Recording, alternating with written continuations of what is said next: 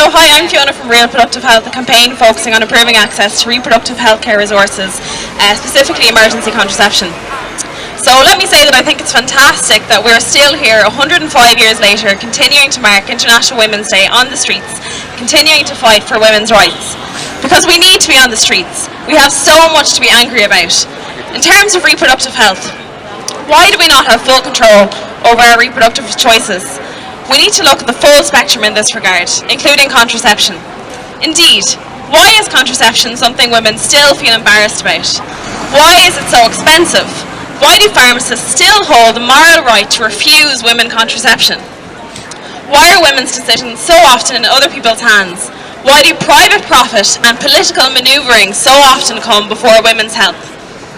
In a nutshell, we need to examine and challenge patriarchal power structures surrounding access to reproductive healthcare and resources.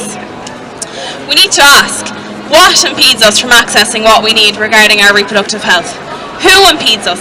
Why do gatekeepers to such important resources exist? And which sectors of society, which groups are most seriously affected? These are the questions I want to ask. Vitally, these are the questions I do not want to be asking 105 years from now. Our cowardly and utterly inept political system has so much to answer for. Why is reproductive healthcare not a priority for the majority of our public representatives? Why was Claire Daly's fatal fetal abnormality bill voted down just a few weeks ago in the Dáil, with Labour voting no and Sinn Féin abstaining? Our political and legal system is often presented as unbiased, objective and logical. It is no fodder of conspiracy theory to say that such a representation is a smokescreen. While politicians ignore warnings on the inaccessibility of contraception, debate the constitutionality of urgently required abortion bills and the dangers of moving too fast, women in this country face limited access to contraception. They face abortions at home alone, if they are lucky enough to avail of the abortion pill. They face arduous journeys overseas and indebtedness. They face stigma, shame and fear. They face forced C-sections and death. We are moving far too slowly and we've waited for far too long.